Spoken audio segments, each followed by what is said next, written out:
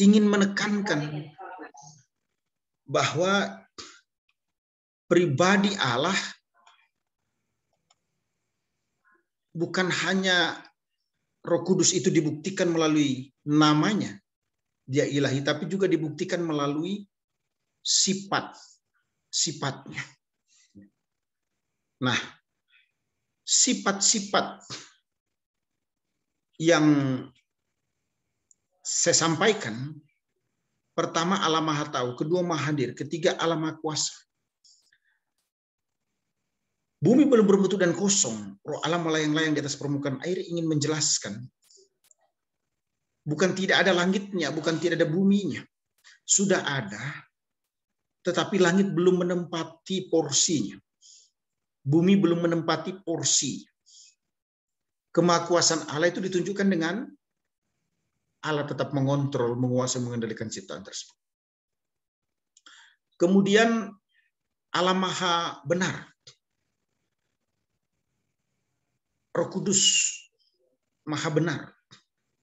Yohanes 14 ayat 6, 1 Yohanes 5 ayat 6 bagian B. Apa yang dimaksudkan dengan Maha Benar? Tidak ada kesalahan sedikit pun. Yang dimaksudkan tidak ada kesalahan ini sama sekali tidak ada. Bukan hanya dalam konsep, kata, bahkan perbuatan. Coba kita cek, mana ada manusia yang selalu benar? Tidak ada.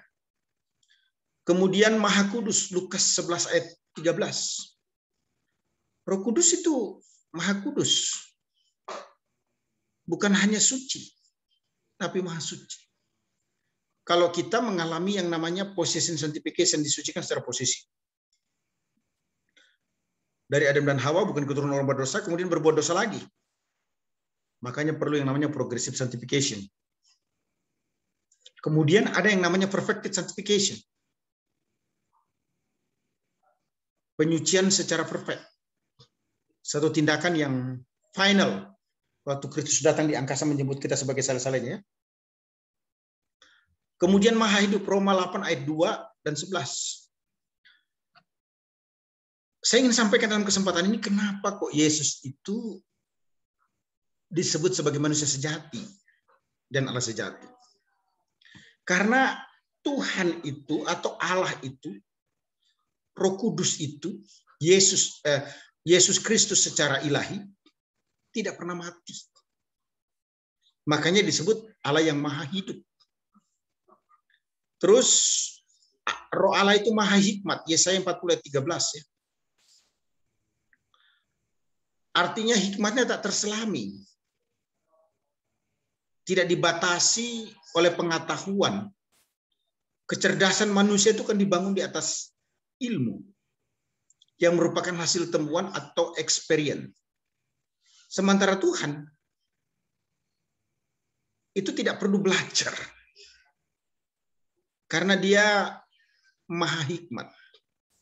Hikmatnya itu bukan diasah karena pengetahuan, tapi hikmatnya itu justru muncul sebagai kekuatan yang timbul karena dia memang sumber daripada hikmat, sumber dari segala-galanya. Nah, ini penting untuk kita ya. Selanjutnya, saya juga ingin menyampaikan dalam kesempatan ini bahwa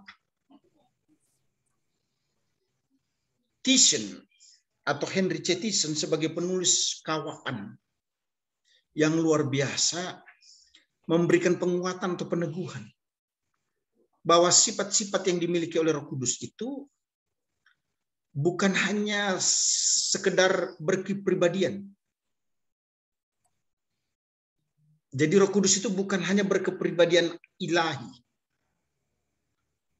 tetapi juga dia itu kekal. Ibrani 9 ayat 14. Nah, karena Roh Allah itu kekal, Roh Kudus itu kekal. Apa yang kekal? Tidak ada. Kekal itu artinya Sesuatu belum ada hingga sesuatu tidak ada, dia tetap ada. Lebih mudah memahami disebut kekal itu adalah tidak berawal dan tidak berakhir. Itu disebut kekal.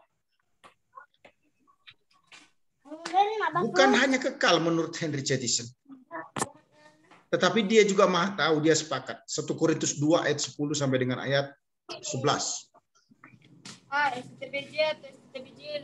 Kemudian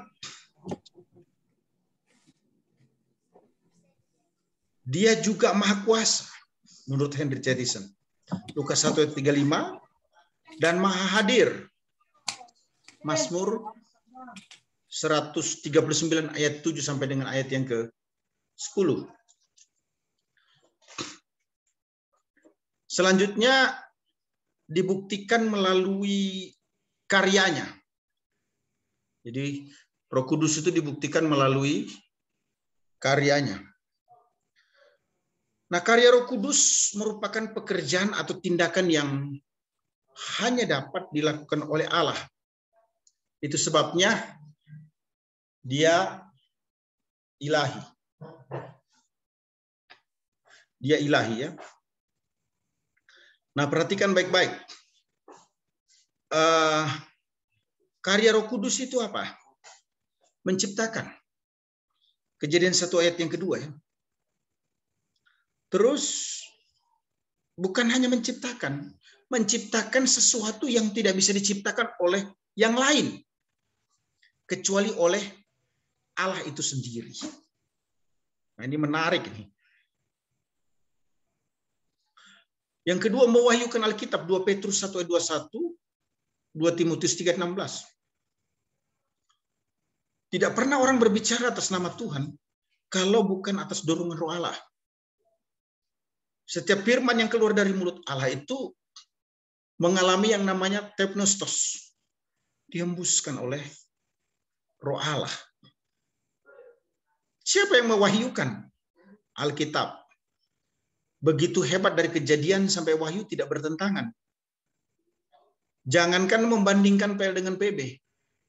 Membandingkan PL dengan PL saja, artinya kitab PL dengan kitab PL. Ditulis oleh orang yang berbeda, dengan pergumulan yang berbeda, dalam situasi, kondisi, ataupun juga generasi yang berbeda. Tapi tidak kontradiktif. Apalagi dibandingkan dengan PB, sangat jauh. Tapi juga tidak kontradiktif. Kenapa? Ya karena diilhamkan dari satu sumber, yaitu Roh Kudus. Lukas 1 ayat 35 memperanakan Yesus,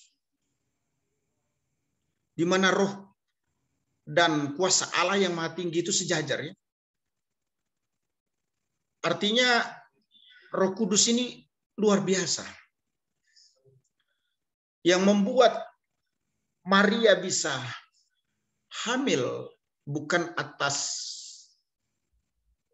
tindakan biologis, tetapi oleh pekerjaan Roh Allah. Belum ada ilmu yang menyatakan manusia bisa hamil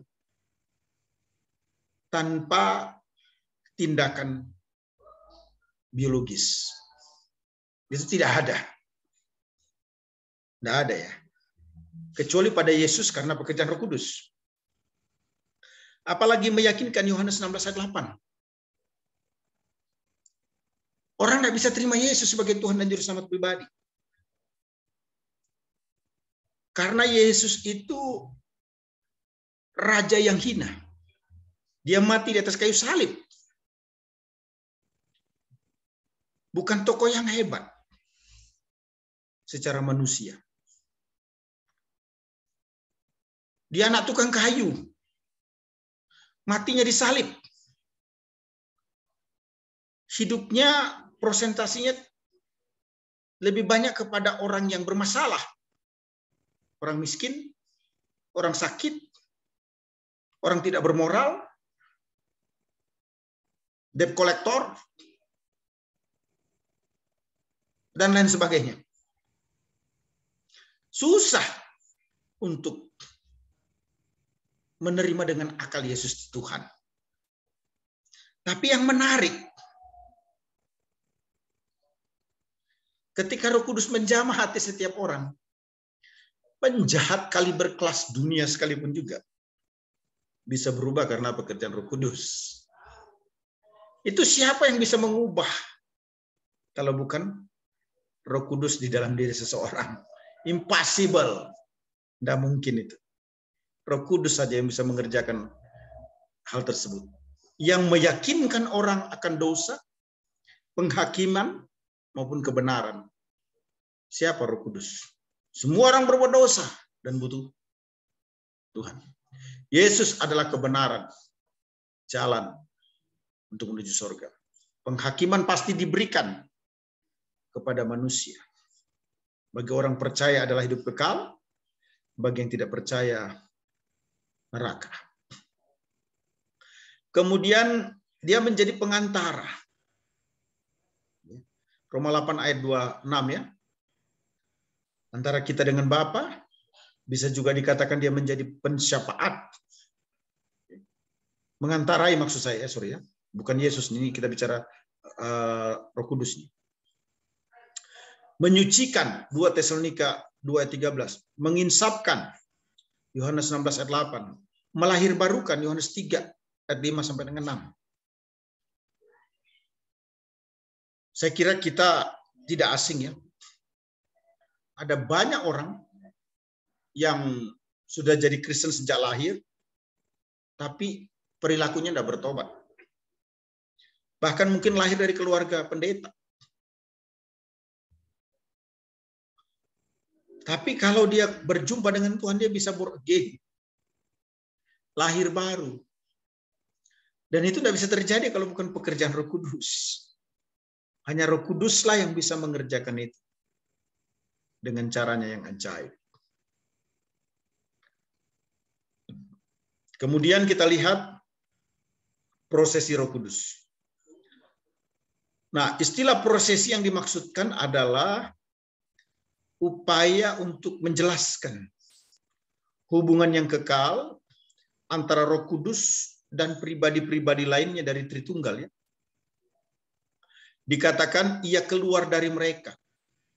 Siapa itu Bapa dan Anak? Tanpa ada perubahan dari sifat Allah.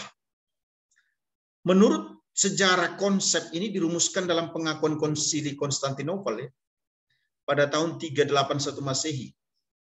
Nah, pada tahun 589 Masehi di Sinode Toledo itu menambahkan istilah filikui yang menyatakan bahwa Roh Kudus itu keluar dari Bapa dan Anak. Apa sih yang dimaksudkan? Yohanes 15 ayat 26 menjelaskan Roh Kudus itu keluar dari Bapa. Nah, istilah keluar itu dalam bahasa Yunani menggunakan kata para. Para itu bisa berarti from, dari atau karena. Perhatikan. Tetapi karena bentuknya itu adalah preposition genitive, maka lebih baik diterjemahkan beside of, atau di samping atau di sebelah.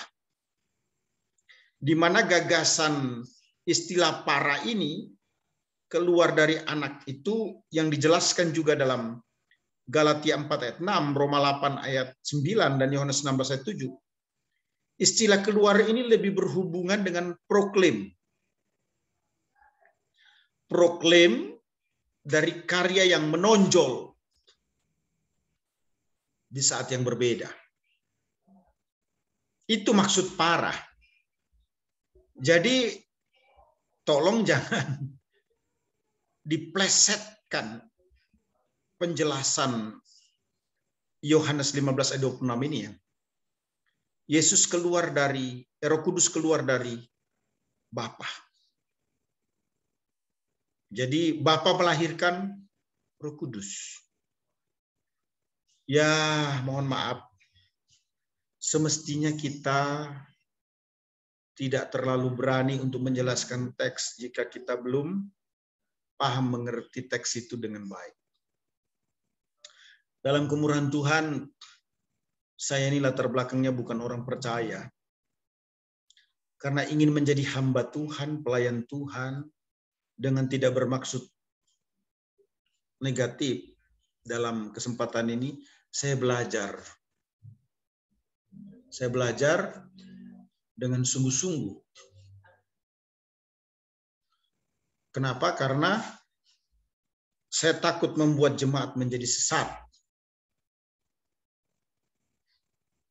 Itu sebabnya perlu memahami ini dengan baik, dengan serius.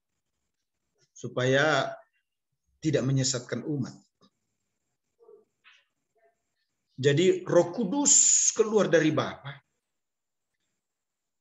Tidak menjelaskan Bapa lebih hebat atau Bapa mengandung Roh Kudus, tidak. Tapi dia mestinya diterjemahkan beside, di samping, ya, di sebelah. Gagasan istilah para terkait dengan Roh Kudus ini ingin menekankan proklamasi ataupun juga eksistensi karya di waktu yang berbeda. Di mana Roh Kudus itu dapat dikatakan menjadi lebih dominan, lebih menonjol karyanya. Itu yang dimaksudkan dengan di samping atau beside atau para dalam bahasa Yunani. Baik, kita perhatikan gambaran Roh Kudus. Ada tipe atau gambaran tentang Roh Kudus. Itu bisa berupa pakaian, Lukas 24 ayat yang ke-49. Dengan kata diperlengkapi, ya. Merpati, Matius 3:16, Markus 1 ayat 10, Lukas 3:22, Yohanes 1 ayat 32. Juga jaminan 2 Korintus 1 ayat 22, Efesus 1 ayat 14, ya. Api, Kisah Rasul 2 ayat 3. Minyak, Lukas 4 ayat 18. Materai, 2 Korintus 1 ayat 22. Hamba, Kejadian 24.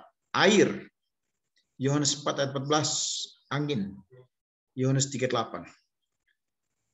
Ketika Roh Kudus disebut sebagai jaminan, maka hendak menjelaskan atau memberikan penguatan bahwa orang yang terima Yesus sebagai Tuhan dan Juru Selamat pribadi, kepastian keselamatan itu dijamin. Ketika Roh Kudus digambarkan sebagai materai, artinya orang itu menjadi milik Allah sepenuhnya. Ada satu kepastian yang valid, yang tidak bisa diubah oleh siapapun juga. Karena ketetapan itu datangnya bersumber dari Allah. Ketika Roh Kudus diumpamakan sebagai minyak, menunjukkan dia adalah pribadi ilahi yang mengurapi. Dan pengertian-pengertian lainnya, ya. Nah, almarhum Paul Yonggi-Cho sempat memberikan penjelasan terhadap beberapa lambang. Misalnya gini, merpati. Merpati di seluruh dunia itu dikenal sebagai lambang perdamaian, lambang kelembutan dan kerendahan hati. Makhluk yang tak berdosa dan tak berbahaya. Makhluk yang tidak membunuh binatang-binatang yang lainnya. Begitulah Roh Kudus, lembut, rendah hati, dan tidak berbahaya. Api digunakan sebagai lambang Roh Kudus di seluruh Perjanjian Lama, tanpa kecuali menjelaskan adanya hadirat Allah dalam Perjanjian Lama dalam lambang api. Api membakar habis hal-hal yang tidak dibutuhkan. Api memberikan kepada kita terang yang memperluas aktiviti kita. Roh Kudus dilambangkan oleh api, karena api memberikan kepada kita semangat adikodrati, Api melambangkan power, gitu ya. Kemudian selanjutnya angin. Angin menembusi segala tempat di bumi.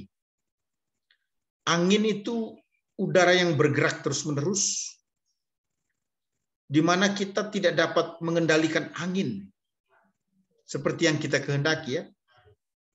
Angin yang berhembus membuat udara yang melemaskan dan mampet itu menjadi segar dan penuh kehidupan. Itu angin. Jadi jelas ya bahwa Roh Kudus itu berkepribadian, ilahi adanya, dan berprofesi, berprosesi, maksud saya, berprosesi dan berlambang atau bertipologi. Ya, ini menarik. Mohon diperhatikan bagian selanjutnya ini ya, menjadi perdebatan di beberapa umat Allah. Peranan atau karya Roh Kudus dalam kehidupan orang percaya, ya. Roh Kudus itu adalah pribadi yang aktif sehingga melakukan peran atau karyanya bagi orang percaya. Yang pertama kita cek sehubungan dengan keselamatan orang percaya. Nah, perjanjian baru itu menggunakan 5 istilah untuk menyatakan peran atau karya Roh Kudus sehubungan dengan keselamatan setiap orang percaya.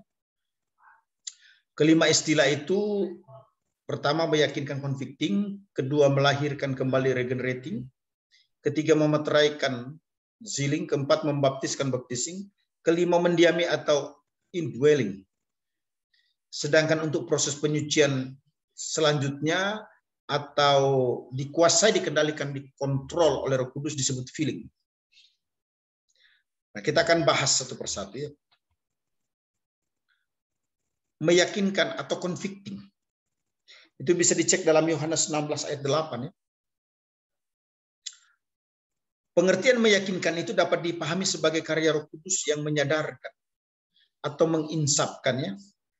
Istilah yang dipergunakan itu elengsei. New International Version itu memakai kata convict. Convict itu kan kata benda. Nah, kalau kita cek buku di Interlinear Literal Translation of Greek New Testament, itu memakai istilah will convict. Jadi istilah elengsei dalam bahasa Yunani itu berasal dari kata eleko. Eleko itu kalau diterjemahkan saya meyakinkan atau menempelak. Nah, elengsei itu menunjukkan verb indikatif future aktif orang ketiga tunggal. Yang sebaiknya diterjemahkan ia akan meyakinkan. Kenapa akan meyakinkan? Ini menunjukkan adanya keterangan waktu di masa depan. Yang menyatakan bahwa seseorang menjadi sadar, insaf, bila diawali oleh pemberitaan firman Allah. Yohanes 10 ayat 17. Jangan tertipu dengan berbagai kesaksian. Tidak ada orang yang lahir baru born again, menerima Yesus sebagai Tuhan dan Juru Selamat pribadi, jika tidak didahului dengan meyakinkan bahwa Yesus Juru Selamat. Jika itu tidak terjadi, dijamin 100% orang itu tidak lahir baru. Sekalipun mungkin dia bersaksi dengan manis, sebenarnya menipu kita. Nah, saat mendengar firman Allah, iman itu timbul sehingga manusia tidak dapat berdalih lagi. Tidak bisa menolak lagi, kecuali mengambil keputusan. Ingat ya, tidak ada sikap netral ketika Roh Kudus meyakinkan. Sikap netral itu dipahami sebagai menolak. Apalagi menolak, pasti menolak. Saya ulangi. Tidak ada sikap netral ketika Roh Kudus meyakinkan Yesus adalah Juru Selamat. Ketika orang itu berkata, atau kalimatnya bernuansa di tengah-tengah, netral, itu posisinya dia menolak Yesus, titik, nada koma-komanya itu. 3 hal yang disadarkan oleh Roh Kudus kepada manusia. Kalau kita cek dalam Yohanes 16 ayat 8 sampai 11 ya. Pertama bicara tentang keberdosaan. Roma 3 ayat 23, Roma 6 ayat 23 ya. Setiap orang telah berbuat dosa dan berakibat neraka. Tetapi karunia Allah membawa hidup yang kekal. Jadi keberdosaan itu diyakinkan. Yang kedua, kebenaran.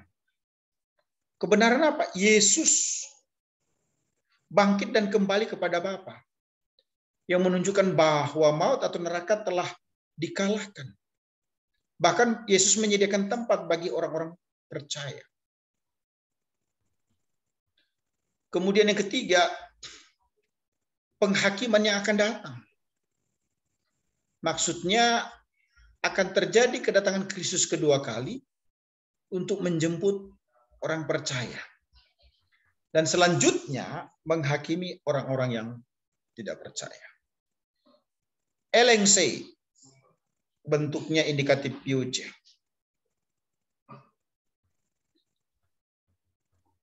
Aktif orang ketiga tunggal. Artinya ia sungguh-sungguh akan meyakinkan. Siapa ia ini? Roh Kudus.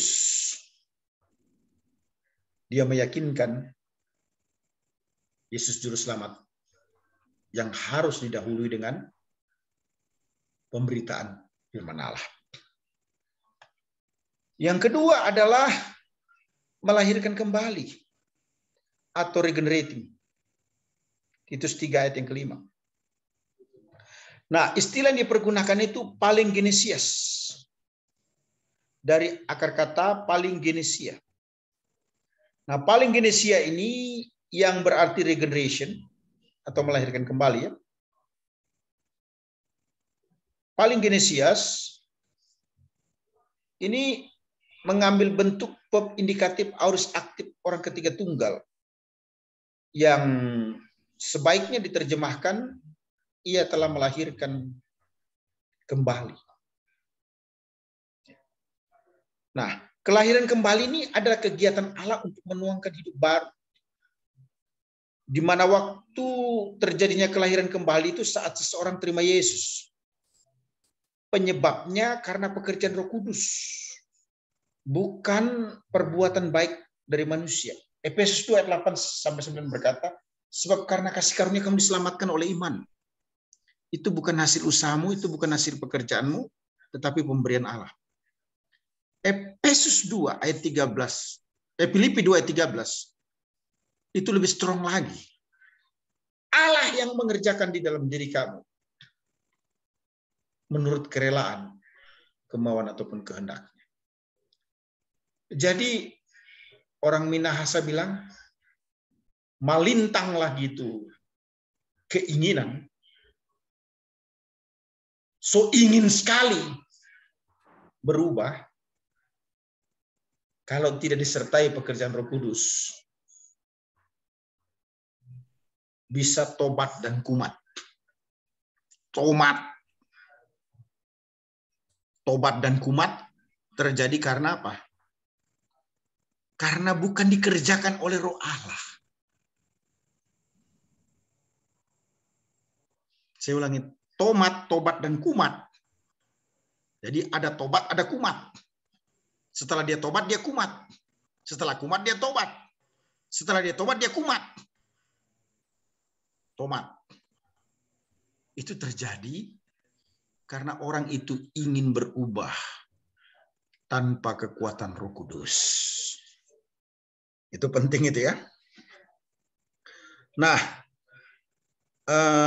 Bapak Ibu yang diberkati Tuhan, pekerjaan Roh Kudus yang melahirkan kembali itu adalah anugerah Bapa yang dikerjakan melalui Yesus ya, Yohanes 3 ayat 16. Jadi jelaslah bahwa keselamatan itu terrealisasi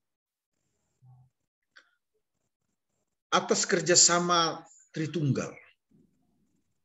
Kelahiran kembali yang terjadi saat menerima Yesus itu tidak berarti menjadikan manusia tidak dapat berbuat dosa atau perfect seperti Yesus. Dipastikan orang yang born again itu sudah mengalami redemption yang disebut dengan possession sanctification. Tetapi dia sedang bergulat dengan progressive sanctification. Itu sebabnya dibutuhkan komitmen dan penyerahan total untuk memuliakan Allah. Terima Yesus satu kali. Lahir baru satu kali. Tetapi perjuangan hidup untuk berkenan kepada Allah itu tidak satu kali.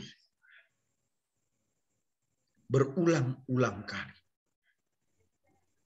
Bertobat terima Yesus satu kali. Tapi penyucian dari waktu ke waktu atas dosa berkali-kali. Nah, Yohanes 3 ayat 1-21 menjelaskan bahwa kelahiran baru bukanlah berhubungan dengan fisik, tetapi perihal rohani. Nah, seseorang harus menerima atau menyetujui firman Allah yang menyatakan Yesus adalah juru selamat. Dan hal itu tentu tidak bisa kecuali karena pekerjaan Roh Kudus. Yang ketiga itu memeteraikan, zealing, 2 Korintus 1 ayat 22. Nah, ada beberapa nats yang berhubungan dengan pemateraian, ya. Misalnya Efesus 1 ayat 13, pasal 4 ayat 30, Yohanes 5:24, 1 Yohanes 5 ayat 11-13, ya. Nah, secara khusus dalam 2 Korintus 1 ayat 22 ini menggunakan istilah spragisamenos yang mengambil bentuk participle aorist middle nominatif maskulin singular yang sebaiknya diterjemahkan sesudah memeteraikan. Spragisamenos ini berasal dari kata spragiso yang bisa diartikan, kalau spragiso itu saya memeteraikan, tanda atau cap, gitu ya. Beberapa tokoh, saya kira kita bisa mengutip kalau dia benar, ya. Bukan masalah apa yang terjadi pada dirinya, tapi apa yang telah dikerjakannya dan benar adanya. Nobody perfect. Benny Hinn menjelaskan bahwa materai menjamin 3 hal. Pertama, kepemilikan. Artinya Roh Kudus memeteraikan kita dan membuat kita menjadi miliknya. Yang kedua, bermakna keaslian. Artinya Roh Kudus memeteraikan kita untuk menunjukkan bahwa kita miliknya. Yang ketiga, penyelesaian. Artinya Roh Kudus memeteraikan kita untuk menjamin bahwa kita akan menjadi miliknya sepenuhnya, bersama dengan Dia dan seperti Dia. Seperti Kristus, ya. Nah, pengertian dimateraikan oleh Roh Kudus ini adalah dimilikinya kepastian keselamatan bagi orang yang sudah percaya, di mana Allah akan memelihara hal tersebut hingga hari penebusan. Efesus 1 ayat 13-14. 2 kali soteriology and spiritual life saya memberikan penjelasan. Maaf kata dalam kesempatan yang lalu sedikit keras saya ngomong. Hati-hati bertanya tentang keselamatan, jangan-jangan pertanyaanmu salah. Karena konsep berpikirmu salah. Sehingga pertanyaan itu harus dibetulkan dan dijawab dengan baik. Sebab kadang-kala itu pertanyaan itu kadang-kala berbentuk pernyataan. Sehingga pernyataan yang salah itu tidak perlu dijawab. Harus dibetulkan dulu. Baru diberi kesempatan untuk bertanya. Tapi malam ini kita tidak bicara tentang soteriology and spiritual life sebagai pokok utama, ya. Kita sudah masuk di pneumatologi. Efesus 1 ayat 13-14 ini memberikan penguatan bahwa betul tidak dapat disangkal bahwa Roh Kudus itu jaminan sampai kita memperoleh sepenuhnya, yaitu hingga hari penebusan di mana Yesus datang menjemput kita sebagai saleh-salehnya. Artinya Roh Kudus menjamin kita sebagai anak-anak Allah akan diangkat bersama-sama. Karena Roh Kudus itu tinggal di dalam bait Allah, yaitu kita. Nah, suatu jaminan yang aman bagi setiap orang percaya yang telah menerima secara pribadi, karena dia sudah dimateraikan oleh Roh Kudus, menjadi milik sepenuhnya, yang tidak bisa diganggu-gugat atau diotak-atik lagi. Nah, saat seseorang menerima secara pribadi, saat itulah dia resmi. Saya ulangi. Saat seseorang menerima secara pribadi, saat itulah ia resmi atau sah, valid, memiliki kepastian keselamatan, dan tidak seorang pun serta apapun dapat mengakibatkan kehilangan keselamatan. Kalau kita perhatikan 1 Yohanes 5 ayat 11-13 berkata, dan inilah kesaksian itu. Allah telah mengaruniakan hidup yang kekal kepada kita, dan hidup itu adalah anaknya. Barang siapa memiliki anak, ia memiliki hidup. Barang siapa tidak memiliki anak, ia tidak memiliki hidup. Semuanya itu kutuliskan kepada kamu, supaya kamu yang percaya kepada nama anak Allah tahu bahwa kamu memiliki hidup yang kekal. Bahkan Yohanes 10:28 berkata, Aku telah memberikan hidup yang kekal kepada mereka, dan mereka pasti tidak akan binasa, dan tak seorang pun dapat merebut mereka dari tanganku. Ini penting ya. Roh Kudus bukan hanya berbicara tentang jaminan eternal life atau kehidupan kekal, tetapi juga temporary life, kehidupan sementara. Orang itu bisa sakit karena desperate. Orang itu bisa sakit karena masalah-masalah yang dihadapi dalam pergumulan hidup, hutang dan sebagainya. Tapi kita orang percaya dijanjikan bisa melewati itu. Bahkan diberkati. Karena Roh Kudus bersama memberikan kekuatan, kemampuan, dan kuasa. Nah, Roh Kudus memeteraikan orang-orang percaya ini bisa didukakan apabila orang itu melakukan dosa. Nah, konteks yang paling dekat itu bisa kita lihat dalam Efesus 4 ayat 29-31. Apa itu? Dosa melalui kata-kata. Ada pepatah berkata lidah tidak bertulang. Nah, Alkitab menyatakan bahwa tak seorang pun dapat menjinakkan lidah. Yakobus 3 ayat 8 bagian A. Namun barang siapa tidak bersalah dalam perkataannya, ia adalah orang yang sempurna. Wow. Roh Kudus yang memateraikan kepastian keselamatan di dalam hidup orang percaya itu semestinya memampukan setiap orang itu sadar dirinya sudah ditebus dan dia tidak mendukakan karya Roh Kudus yang memateraikan dirinya. Mendukakan itu beda dengan menghujat loh. Menghujat Roh Kudus tidak dapat diampuni, mendukakan Roh Kudus dapat diampuni. Karena mendukakan Roh Kudus itu dalam konteks orang yang sudah terima Yesus. Kalau menghujat Roh Kudus itu dalam konteks orang tidak menerima Yesus sebagai Tuhan dan Juru Selamat pribadi. Ya, selanjutnya adalah membaptiskan atau baptizing. 1 Korintus 12 ayat 13 ya. Nah, baptisan Roh Kudus tidak pernah disebutkan dalam Perjanjian Lama. Itu sebabnya tidak pernah terjadi sebelum hari Pentakosta atau pencurahan Roh Kudus, Kisah 1 ayat 5 ya. Baptisan Roh Kudus sangatlah khusus sebab mempunyai tujuan yang khusus. Apa itu? Menjadikan orang-orang percaya anggota tubuh Kristus. Perhatikan. Baptisan Roh Kudus menjadikan orang-orang percaya anggota tubuh Kristus.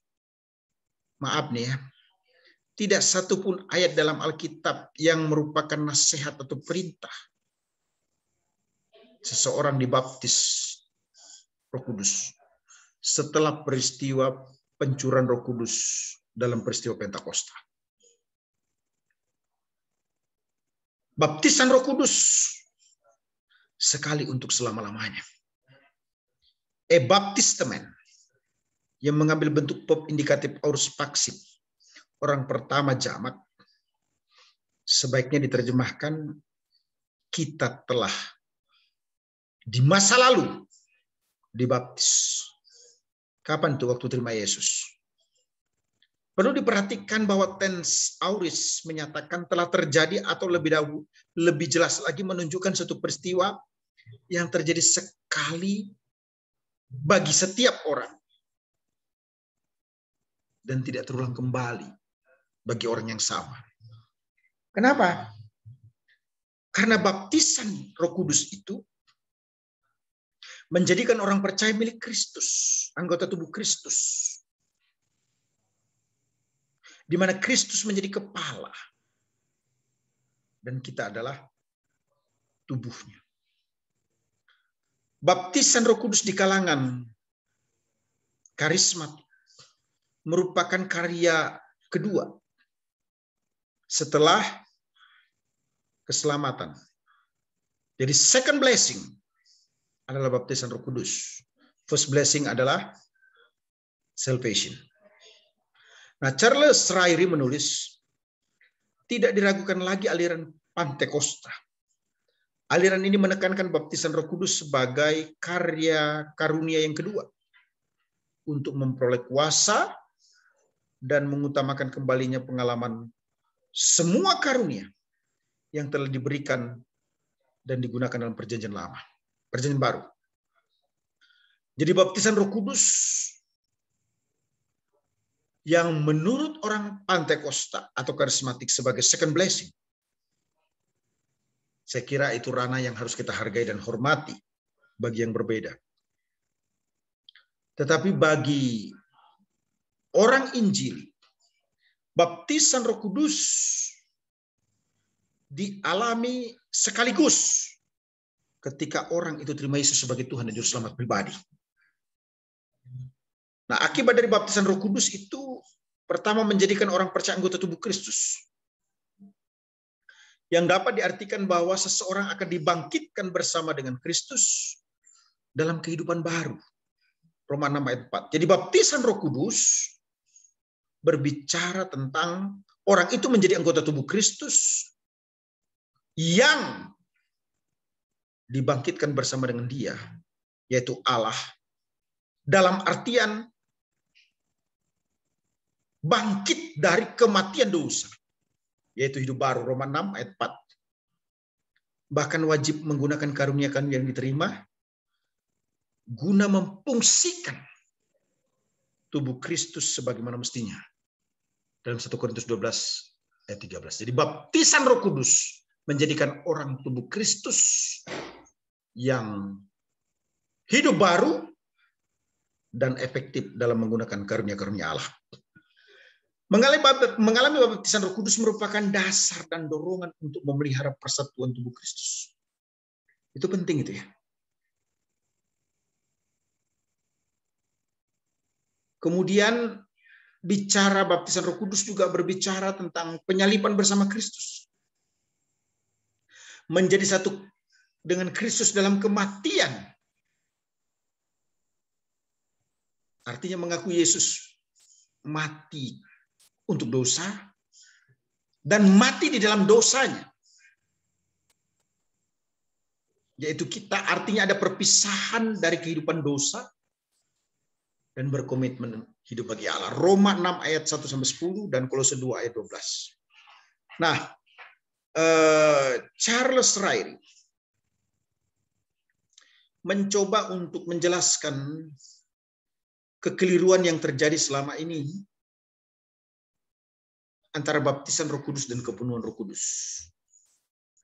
Kalau baptisan Roh Kudus itu terjadi hanya sekali seumur hidup. Kalau kepenuhan Roh Kudus itu merupakan satu pengalaman yang terjadi berulang-ulang. Kalau baptisan Roh Kudus itu tidak pernah terjadi sebelum hari Pentakosta. Kalau kepenuhan Roh Kudus itu terjadi dalam masa perjanjian lama. Kalau baptisan itu tidak berlaku bagi semua manusia. Baptisan Roh Kudus itu berlaku bagi semua orang. Tetapi kepenuhan itu tidak perlu dialami oleh semua orang. kalau orang itu tidak terima Yesus. Baptisan itu tidak bisa dibatalkan. Baptisan Roh Kudus. Tapi kepenuhan Roh Kudus itu bisa hilang. Kalau baptisan Roh Kudus itu menghasilkan posisi seseorang menjadi anak-anak Allah. Kalau kepenuhan Roh Kudus menghasilkan kuasa di dalam Tuhan. Kalau baptisan menjadikan kita percaya kepada Kristus. Baptisan Roh Kudus itu ya.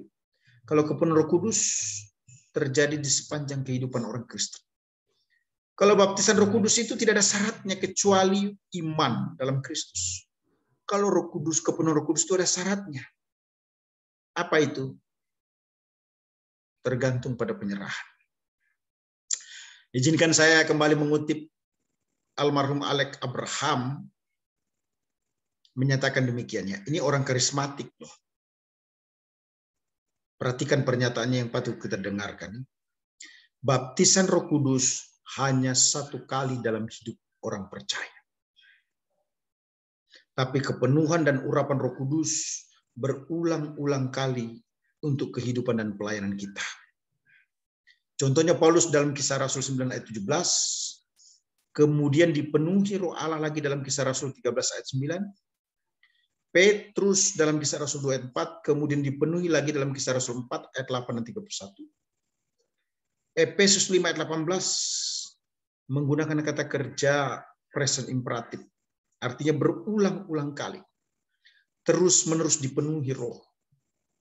Orang yang telah dibaptis dengan Roh Kudus tidak otomatis dipenuhi Roh Kudus. Secara kontinu, ia bisa saja mengalami kemunduran seperti jemaat Korintus. 1 Korintus 1 ayat 4-9 dan pasal 31. Saya kutip buku itu, penulisnya Alex Abraham Tanusaputra, judul bukunya Roh Kudus, diterbitkan di Surabaya oleh GBI Jemaat Surabaya tanpa tahun halaman 31. Kalau tokoh karismatik seperti Alex Abraham mengakui bahwa baptisan Roh Kudus terjadi sekali sedangkan kepenuhan Roh Kudus terjadi berulang kali, kenapa tidak diterima atau diperdebatkan lagi oleh komunitas karismatik? Dengan penuh kasih cinta, saya tidak bermaksud apa-apa. Hanya ingin menyampaikan sesuatu yang dipahami oleh tokoh karismatik, yaitu Alex Abraham. Kemudian yang kelima, mendiami. Indwelling. 1 Korintus 3 ayat 16. Nah, nats lain yang menjelaskan terkait dengan mendiam ini juga Roma 8 ayat 9, 1 Korintus 6 ayat 19 ya. Istilah yang dipergunakan dalam bahasa Yunani itu oikei. Artinya dwell, tinggal atau mendiami. Nah, oikei ini mengambil bentuk verb indikatif present aktif orang ketiga tunggal. Yang sebaiknya diterjemahkan, ia sedang mendiami. Nah, pendiaman Roh Kudus itu adalah karunia Allah. Roma 5 ayat 5 ya. Nah, bila Roh Kudus tidak berdiam pada seseorang, ini berarti keselamatan orang tersebut tidak dijamin. Artinya belum menerima Yesus secara pribadi. Nah, Roh Kudus yang mendiami orang percaya itu menunjukkan adanya jaminan keselamatan. Orang percaya mungkin saja kehilangan pemenuhan Roh Kudus, tetapi bukan pendiaman Roh Kudus. Saya ulangi. Orang percaya mungkin saja kehilangan pemenuhan Roh Kudus, tetapi bukan pendiaman Roh Kudus. Yohanes 14 ayat 6. Nah, pendiaman dan pengurapan Roh Kudus itu biasanya berjalan bersama-sama. Pendiaman itu merupakan fungsi dalam membawa hadirat Allah. Pengurapan itu memampukan orang percaya menerima pengajaran. 1 Yohanes 2 ayat 20 dan 27. Pengurapan Roh Kudus itu hanya ditulis satu kali dalam 1 Yohanes 2 ayat 20. Tujuannya apa? Untuk mengetahui kebenaran firman Allah. Selanjutnya, memenuhkan atau pemenuhan filling, Efesus 5 ayat 18. Istilah yang dipergunakan itu pleuriste, yang mengambil bentuk verb imperatif present pasif orang kedua jamak. Nah, bila imperatif yang dimaksudkan kohortatif, maka lebih baik diterjemahkan, teruslah kamu sekalian dipenuhi. Jadi istilah pleuriste yang berasal dari kata plereo, fulfill atau fill ini, mengisi penuh, ini adalah proses penyucian yang dikerjakan Roh Kudus dalam diri manusia. Ini berhubungan dengan penguasaan Roh Kudus dalam diri manusia. Kalau kita memperhatikan Efesus 5 ayat 18 berkata, hendaklah kamu penuh dengan Roh Kudus. Ini menekankan pada kehidupan sehari-hari. Jadi ada kontras antara anggur dan roh. Hendaklah kamu penuh dengan roh dan janganlah mabuk oleh anggur. Nah, kata pleuriste ini merupakan pasif yang menjelaskan bahwa hal tersebut merupakan tindakan Allah saja semata-mata. Jadi kemampuan untuk dipenuhi Roh Allah itu kemampuan yang bermakna penyerahan. Tidak ada sesuatu yang menyanggupkan memampukan kita untuk hidup layak dan berkenan di mata Allah setelah kita terima Yesus kalau bukan kekuatan Roh Allah. Nah, yang menarik juga istilah imperatif ini berarti tidak ada pilihan. Artinya kita harus menyerah dalam pimpinan Roh Kudus. Nah, bentuk present yang dimaksudkan di sini hampir sama dengan present continuous ya. Yang berarti terjadi terus-menerus. Terjadi berulang-ulang. Tujuannya apa? Supaya kita berbuah. Yesus berkata, aku menetapkan kamu supaya kamu berbuah. Kisah para Rasul 2 ayat 4 menggunakan istilah dipenuhi. Kemudian pasal 4 ayat 31 menyatakan kembali dipenuhi lagi. Nah, syarat dipenuhi Roh Kudus pertama itu menyerah mutlak dalam pengendalian Roh Kudus. Artinya jangan mendukakan Roh Kudus. Ini dapat dilakukan dengan terus-menerus berserah diri atau peka terhadap pimpinannya secara terus-menerus ya. Roma 8 ayat 14. Yang kedua, hidup tak terkalahkan oleh dosa. Ini dapat dilakukan dengan mengalahkan atau menang atas dosa dari hari ke hari. Efesus 4 ayat 30. Kemudian menanggapi terang firman Allah. 1 Yohanes 1 ayat yang ke-7. Kemudian bergantung total terhadap Roh Kudus. Galatia 5 ayat 16 ya. Jadi orang yang melakukan penyerahan diri mutlak kepada Allah, orang yang tak terkalahkan oleh dosa, itu mengakibatkan karakter muncul di dalam dirinya. Galatia 5 ayat 22-23 ya. Kasih, kebaikan, kemurahan, kesetiaan, kelembutan, penguasaan diri, dan lain sebagainya. Kemudian ibadah yang berkenan kepada Allah, Efesus 5 ayat 18-20. Ketaatan Efesus 5:21 dan pelayanan yang sungguh-sungguh dengan penuh kerendahan hati dengan roh yang menyala-nyala dengan penuh pengabdian. Roma 1 ayat yang ke-9. Baik. Saya akan lanjutkan atau mungkin ada yang ingin bertanya secara langsung. Mungkin kalau ada kita kasih kesempatan dulu ya. Silakan.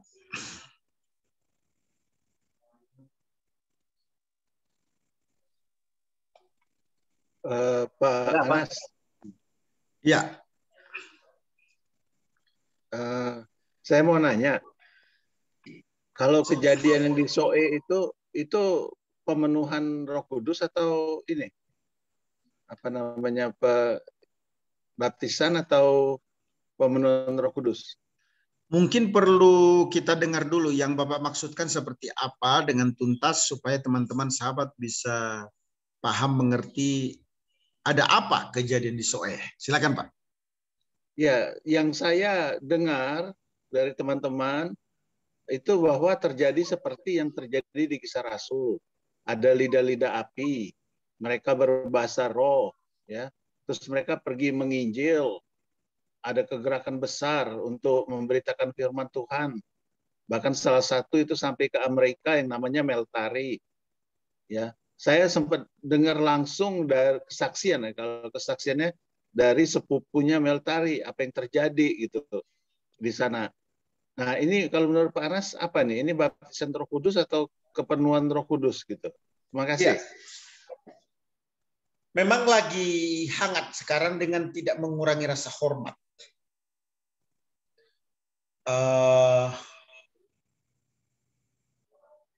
Baptisan Roh Kudus itu terjadi ketika seseorang menerima Yesus sebagai Tuhan dan Juru Selamat pribadi. Kepenuhan Roh Kudus itu bisa dalam bentuk manifestasi ke dalam, bisa dalam bentuk manifestasi keluar. Saya ada pada posisi tidak pernah menolak bahasa roh. Saya ada pada posisi tidak pernah menolak speak of tongue, bahasa lidah.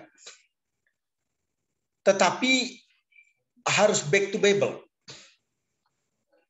Kalau kita mengacu pada Kisah Para Rasul 2, ada banyak orang dari Asia waktu itu datang di Yerusalem. Dan orang-orang itu berkata-kata bukan dalam bahasa mereka, tetapi dimengerti oleh orang lain. Di mana orang yang berbicara sendiri tidak tahu apa yang dia sampaikan.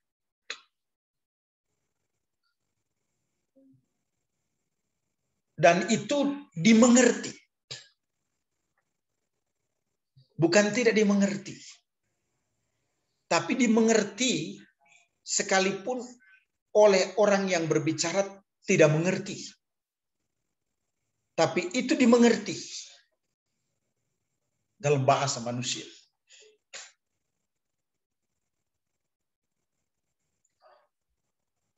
Karena orang-orang yang datang dalam KPR pasal 2 itu dari berbagai penjuru. Bahkan bahasa roh dalam KPR itu mendapatkan penguatan perlindungan dengan kalimat begini, jangan salah ngomong. Orang ini lagi nggak mabuk loh. Jadi ketika speak of tongue, bahasa lidah, itu disampaikan dalam Kisah Rasul pasal 2, adalah kehinaan jika dianggap itu sebagai kegilaan.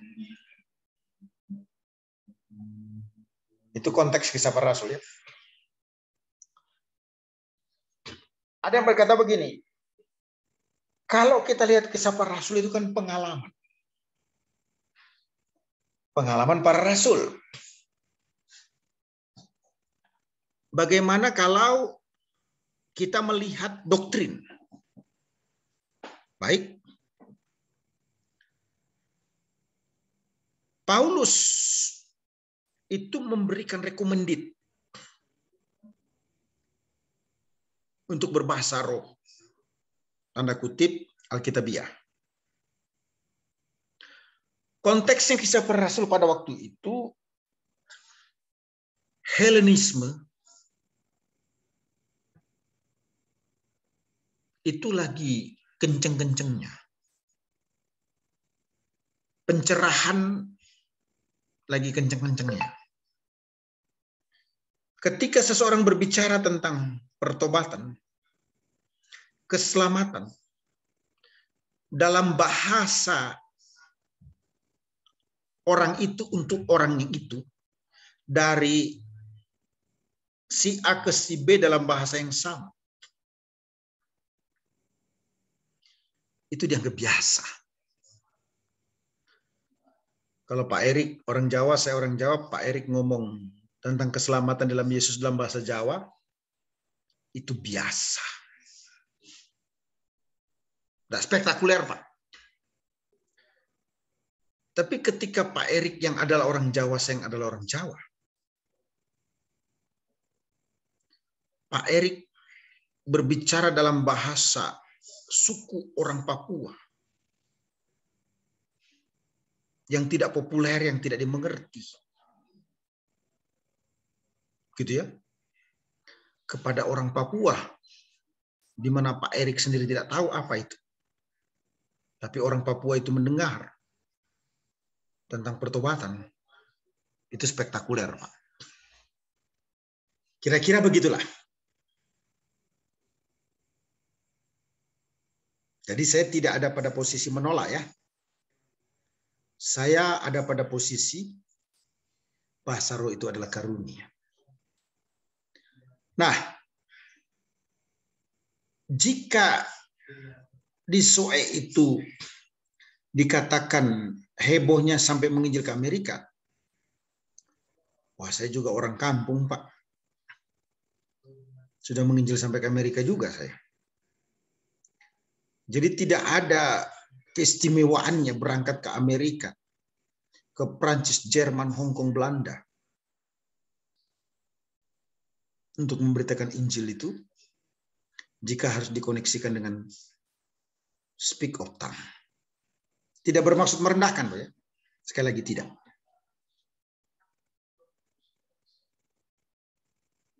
Kalau begitu dipahami seperti apa itu peristiwa di Soe itu? Sangat elok kalau kita pahami itu sebagai kepenuhan Roh Kudus.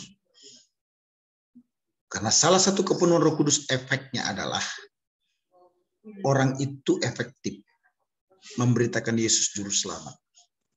Dan dia dipakai Tuhan secara luar biasa. Terima kasih. Saya kira begitu ya Pak Erik ya. Oke Pak, makasih Pak. Ya, ini topik yang hot selalu kalau disampaikan. Ya, ada. Ya, mungkin silakan kalau ada satu lagi mungkin ya. Ya. Ya, silakan. Kasih saya mau bertanya Pak Anas. Ya, Pak Pendeta, silakan Pak Bagaimana Pendeta. dengan kayak paham tertawa dalam roh? Itu yang pertama. Yang kedua, saya mau bertanya, bagaimana panggilan Kristus kepada Yudas? Sebab Tuhan Yesus memanggil dengan kuasa rohnya. Bagaimana itu? Wah, good question. Ya, tertawa dalam roh ini merupakan bagian daripada teologi kontemporer. Kalau dia datang ke Indonesia bisa dikatakan teologi kontemporer lokal. Holy laughter. Kalau nats yang diusung atau yang menjadi biblical foundation daripada tertawa dalam roh ini adalah ketika Sarah diberitahu akan mengandung dan memiliki anak, kemudian dia tertawa. Itu teks sekunder. Mengapa? Karena tertawanya Hawa itu, tertawanya Sarah itu, tertawa mengejek, tertawa merendahkan, tertawa tidak meyakini. Pernyataan Tuhan terhadap dirinya akan menjadi kenyataan. Jadi tertawanya bukan tertawa dilawat. Ada teks-teks yang mungkin dipaksakan terkait dengan holy laughter ini. Lawatan Tuhan itu bisa membuat orang menangis, bisa membuat orang tertawa, senang, bisa membawa orang itu diam. Tetapi ketika tertawa berlebihan bisa 1 jam, bisa 2 jam, itu dinilai sebagai lawatan Tuhan, merupakan kekeliruan. Jangan berkata, saya tidak paham akan hal itu. Saya pernah ada di dalam ranah atau area itu. Karena ketidakpahaman saya. Nah,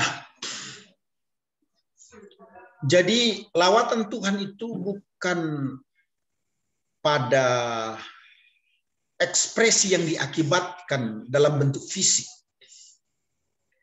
Tetapi lebih kepada perubahan batiniah, sikap, dan kegerakan spiritual. Misalnya memenangkan jiwa, hidup dalam kesalehan, suka memberi, dan sebagainya. Pertanyaan yang kedua, bukankah Allah memilih Yudas dengan rohnya? Saya menjawab, kalau kita melihat secara komprehensif, silahkan membaca teks yang terkait dengan Yudas. Ini Yudas Iskariot ya, bukan kitab Yudas. Tidak ada satu pernyataan atau gambaran tentang kepatutan sikap Yudas. Bahkan yang muncul adalah pernyataan lebih baik Yudas tidak pernah dilahirkan. Kalau begitu, pilihan apa yang terjadi pada diri Yudas? Pilihan Allah terhadap Yudas tidak ada hubungannya dengan kepastian keselamatan. Tapi pilihan Allah kepada Yudas, Yesus terutama, adalah pilihan untuk menjadi tim di dalam pelayanan. Dan ingat bahwa murid-murid yang begitu lama, kalau kita mengecek dalam Injil Matius, munculnya pernyataan Yesus dalam Matius 28, mulai sekitar ayat 17, 18, 19, 20. Itu dilatar belakangi ada murid-murid yang sudah 3,5 tahun bersama dengan Yesus, yang melihat mujizat Yesus, yang mendengarkan pengajaran Yesus, tapi masih meragukan kalau yang bangkit itu adalah Yesus dari antara orang mati. Jadi hadirnya Yudas dalam kebersamaan dengan Yesus tidak menunjukkan atau menjadi jaminan bahwa Yudas sudah born again, lahir baru. Dengan demikian dinyatakan bahwa pilihan yang ditujukan kepada Yudas adalah pilihan untuk menjadi teman dalam pelayanan Yesus. Tetapi Yudas tidak menerima Yesus sebagai Tuhan dan Juru Selamat pribadi. Tidak ada data yang memberikan penguatan bahwa Roh Allah memilih Yudas, yang disebut dengan election, yang disebut dengan proorise, seperti Roma pasal 8, dia telah memilih. Dipastikan juga terhadap Yudas. Jadi pilihan Yudas, Yesus memilih untuk menjadi teman dalam pelayanan, yang tidak bisa disamakan dengan pilihan untuk keselamatan atau hidup yang kekal. Terima kasih.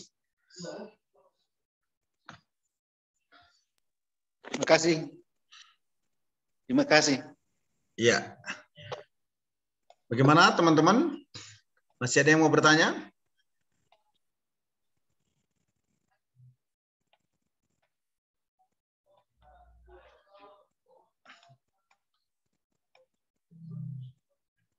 Silakan.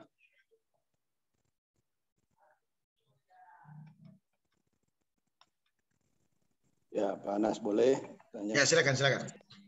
Ya, kalau baptisan itu bisa dilakukan cuma sekali aja atau bisa lebih dari sekali misalnya, tetapi dalam maksudnya lebih dari sekali itu karena ada alasan-alasan tertentu, bukan karena baptis hari ini besok lagi baptis, bukan, tetapi Maksudnya apa nih Pak? Baptisan karena, selam maksudnya? Baptisan selam atau baptisan percik atau baptisan apalah gitu ya? saya tidak bisa membedakan itu karena poin saya itu bukan soal apakah baptisan air atau baptisan selam atau baptisan percik, tetapi baptisan. Bukan baptisan Roh Kudus loh ini ya? Iya, bukan baptisan Roh Kudus maksudnya. Okay. Ya. Jadi apakah itu misalnya bisa dilakukan lebih dari satu kali oleh karena kasus-kasus tertentu misalnya, ya dia udah bertobat, dia dibaptis, terus kemudian jatuh lagi, terus kemudian bertobat lagi, baptis lagi. Nah, itu gimana Pak? Terima kasih. Baik. Lagi-lagi kita harus strong. Satu, tidak ada doktrin yang harus membuat kita semua sama. Bukan berarti sengaja membuat perbedaan. Tetapi yang saya mau katakan, hanya satu yang tidak boleh berubah di antara kita. Harga mati. Yesus satu-satunya juru selamat. Itu pertama ya. Terus yang kedua, Yesus memang tidak pernah memberikan perintah adanya baptisan yang harus dilakukan berulang-ulang. Tetapi Yesus juga susah ditemukan menolak adanya baptisan yang dilakukan lebih dari satu kali. Itu bisa dicek ya. Yang tentu berbeda dengan perjamuan kudus. Kalau perjamuan kudus itu harus dilakukan berulang-ulang. Bisa saja Jemaat Kisah Para Rasul, Jemaat mula-mula, melakukan perjamuan kudus setiap hari. Namun yang paling utama bukan keseringannya. Makna daripada sakramen itu tetap khusyuk terhayati sakral atau tidak. Saya kira itu ya. Nah dengan demikian tidak ada judgment atau penghakiman, oh lebih baik setiap hari, oh lebih baik 3 bulan, oh lebih baik 1 tahun. Nggak ada ya. Itu. Baptisan. Kalau kita bicara tentang yang Yesus lakukan, betul dia keluar dari air. Itu secara teknikal. Ya. Nah, kalau kita ingin mengikuti seperti Yesus, dia mencontohkan baptisan itu, maka ada beberapa plus minusnya. Yang pertama, tampaknya baptisan Yohanes kepada Yesus itu bukan baptisan tubuh yang seperti dilakukan oleh beberapa di antara kita, berdiri kemudian ditenggelamkan. Tetapi kepala ditekan ke bawah.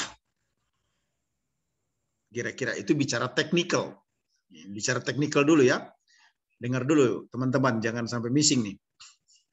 Yang kedua, dari segi tempat atau place, Yesus dibaptis di Sungai Yordan. Saya sudah ke Sungai Yordan, tapi hati kecil saya masih ragu.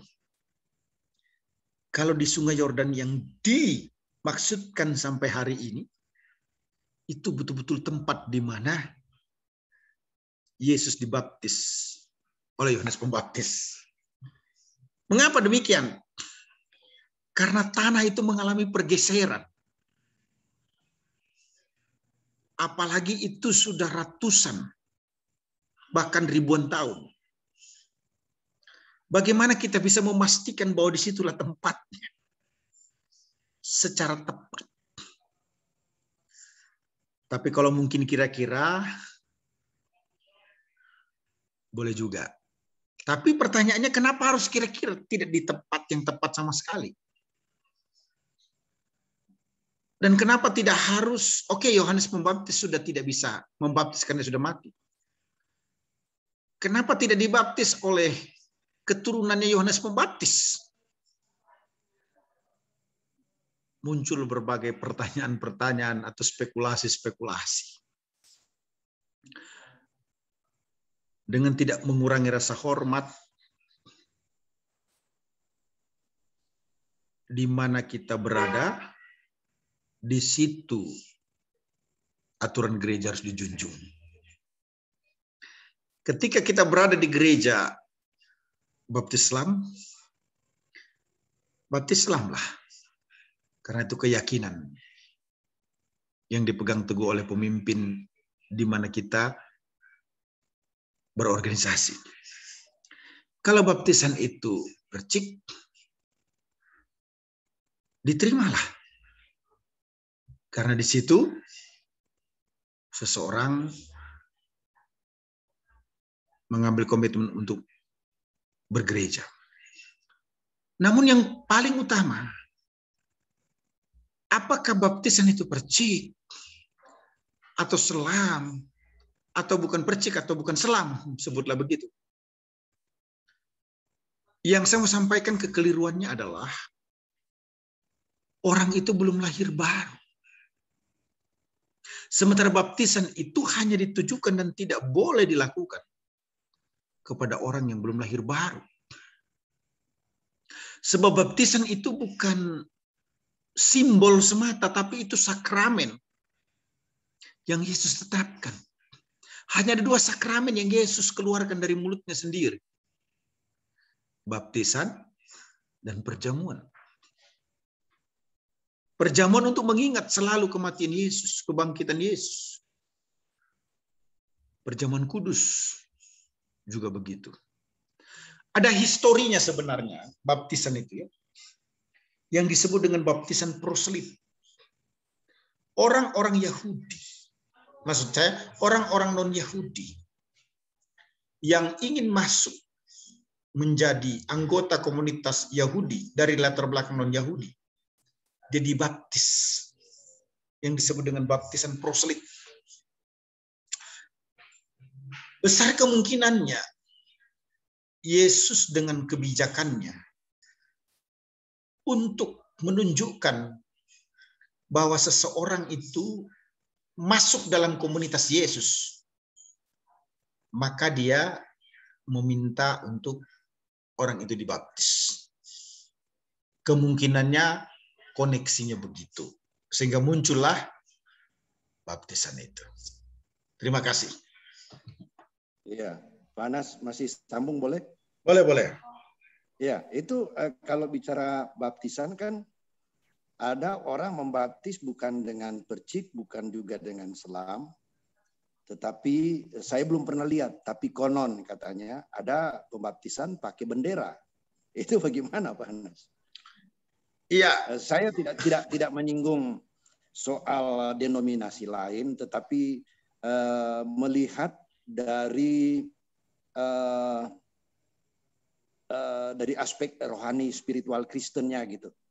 Apakah dapat diterima seperti itu atau gimana pendapat Pak?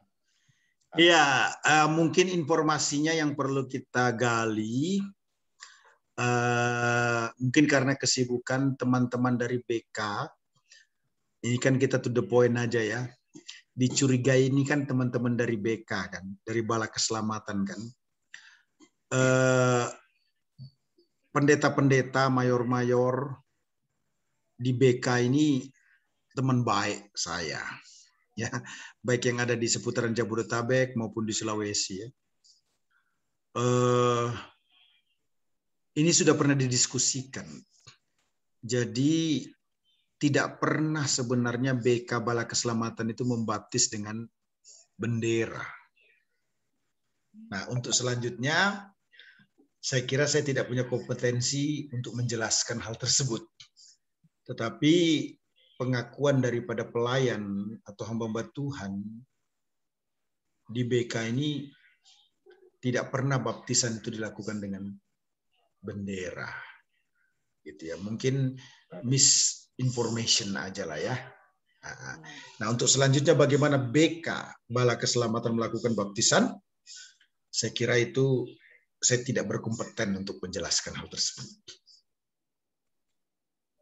Baik. Kira-kira begitu, Pak Pendeta Edwin. Terima kasih, Pak Anas. Terima kasih. Ya. Permisi, Pak Anas. Oh ya, silakan. Saya bisa tanya sedikit ya. saja. Ya. Sedikit saja saya tanya. Begini, Pak. Pertanyaan saya itu tentang ketika saya mengawas proyek di pedalaman, kemudian baru 1 minggu yang lalu kita ikut doa garis depan hamba-hamba Tuhan. Jadi pelayanan di pedalaman itu ada anak buah saya itu ada yang sakit, Pak. Kemudian gembala sidang yang ada di tempat itu datang melayani anak buah saya yang sakit ini. Tapi yang membuat saya mau tanya Pak Anas ini, karena bukan doa tapi bikin perjamuan kudus, bawa anggur dengan roti. Saya tanya untuk apa? Untuk menyembuhkan anak buah Bapak. Kemudian tadi saya bilang bahwa 1 minggu kemarin itu ada teman hamba Tuhan itu bersaksi bahwa suaminya sakit. Kemudian mereka dia bikin perjamuan karena suaminya sakit. Lalu ditanya kenapa supaya dia sembuh. Nah, ini konteks yang seperti ini ya. Mohon maaf teman-teman yang mungkin ada punya pelayanan seperti ini. Bukan saya mau intervensi atau intimidasi, tapi saya mau tahu saja karena membuat saya penasaran. Jadi mungkin dari Pak Anas mungkin ada penjelasannya, ini Alkitabiah atau tidak Alkitabiah, Pak. Terima kasih, Pak. Baik. Tadinya saya mau menyampaikan materi lagi, tapi oke, kita jawab dulu lah, ini masih ada 24 menit. Ya, baik. Saya jawab langsung nih ya, Pak Ketua, Pak Pendeta Ronald. Baik. Ya langsung, Pak. Langsung ya. Jadi begini, kesembuhan itu tidak pernah datang di dalam iman Kristen lewat apapun kecuali langsung oleh Yesus. Oke? Jadi sumber kesembuhan itu hanya satu. Dalam nama Tuhan Yesus Kristus. Kalau begitu, kuasa kesembuhan itu ada dalam nama Yesus. Begitu kan? Boleh enggak kalau saya ngomong begini? Kita harus memahami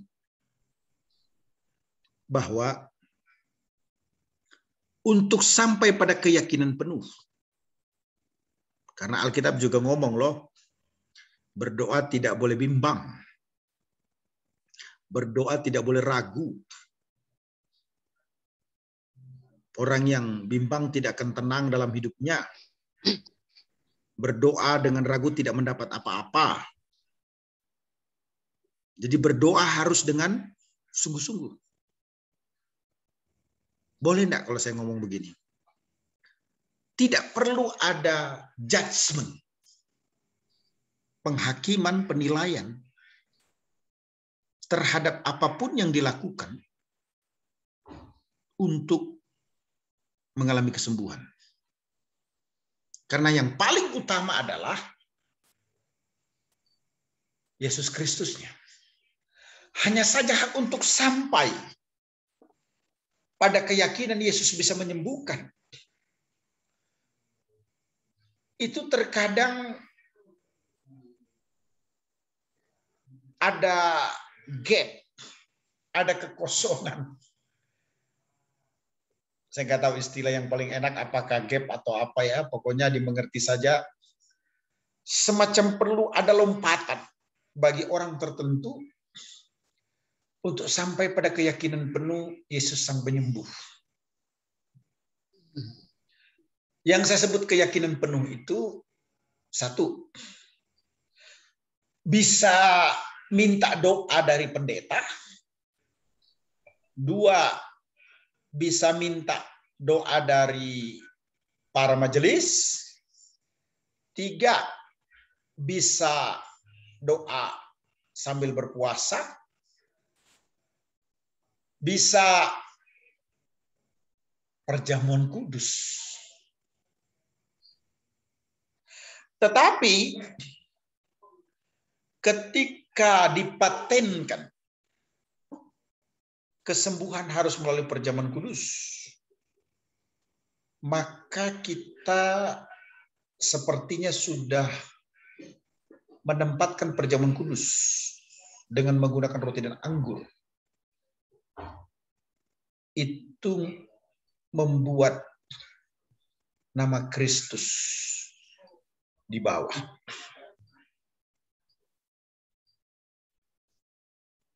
Timbul pertanyaan, apakah ada manfaat perjamuan kudus untuk kesembuhan ilahi? Iya dan tidak. Apakah ada manfaat ketika orang dikasih air yang didoakan untuk sembuh? Iya dan tidak. Apakah ada manfaat sapu tangan yang didoakan untuk sembuh? Iya dan tidak.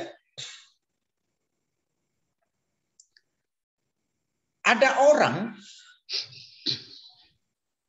minta kesembuhan tidak perlu pakai media apapun. Tapi ada orang yang imannya membutuhkan media atau sarana. Hemat saya, itu sah-sah saja. Yang tidak sahnya apa? Yang tidak bolehnya apa? Ketika nama Yesus, kuasa Yesus tidak berdaulat tanpa media, tanpa sarana. Nah itu. Tapi jika ada orang harus menggunakan perjamuan kudus untuk membuat dia melekat dan dekat di hati Allah, kita pahami itu sebagai proses untuk kedewasaan. Haleluya. Begitu, Pak.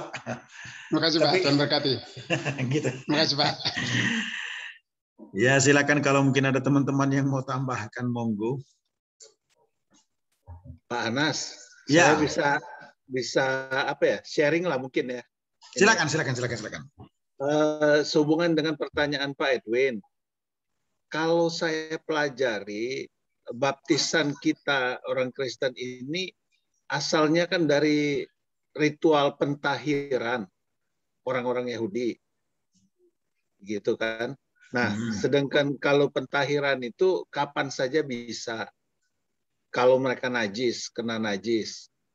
Atau dalam konteks Yohanes Pembaptis itu sebenarnya itu dalam konteks masuk di dalam perayaan hari raya tahun barunya mereka, hari raya peniupan serunai. Nah, memang konteksnya setahun sekali mereka lakukan itu. Berarti bisa berulang-ulang harusnya ya. Nah, cuman kan di Kristen kita tidak berulang-ulang kalau baptisan sekali. Yaitu memang ayatnya nggak ada yang mengatakan berulang-ulang atau pelarangan berulang-ulang gitu. Kita melihatnya itu kan sekali doang. Nah, saya melihatnya ini sama aja kasusnya, kebalikan ya dengan Paskah, seperti yang Pak Hanas tadi singgung, perjamuan. Itu kan konteksnya Paskah. Perjamuan malam itu kan Paskah. Dan waktu Yesus mengatakan peringatilah ini sebagai peringatan akan aku, itu kan konteksnya dia melakukan perjamuan Paskah yang setiap kali itu dilakukan tahunan gitu. Tetapi kan oleh kita orang-orang Kristen kan jadi kapan aja, ada yang sebulan, ada yang 3 bulan, ada yang setahun, ada yang harian gitu kan. Jadi kan berubah lagi gitu di kita ininya. Nah, sedangkan yang terakhir, yang tadi Pak Hanas katakan pernah ke Israel, terus melihat tempat baptisan, kalau yang Pak Hanas datangani itu adalah Yardenit, tempat baptisan yang ada tokonya itu, toko buku rohani, ya itu memang bukan tempatnya, Pak. Ya itu Sungai Yordan, apa namanya? Yang ada pagarnya itu, Pak ya? Iya. Itu Sungai Yordan yang baru mau masuk ke Danau Galilea gitu. Ya, sedangkan yang Yesus itu Sungai Yordan yang keluar dari Danau Galilea itu sekitar di Yeriko. Namanya Kasher al-Yahud. Nah, kenapa tidak kita pakai di situ? Karena itu rawan tempatnya gitu. Karena kalau kita pakai, ada dibuat tempat peringatannya, tapi nggak dipakai. Kalau dipakai itu nanti ada bentrokan sama orang-orang penduduk sana gitu.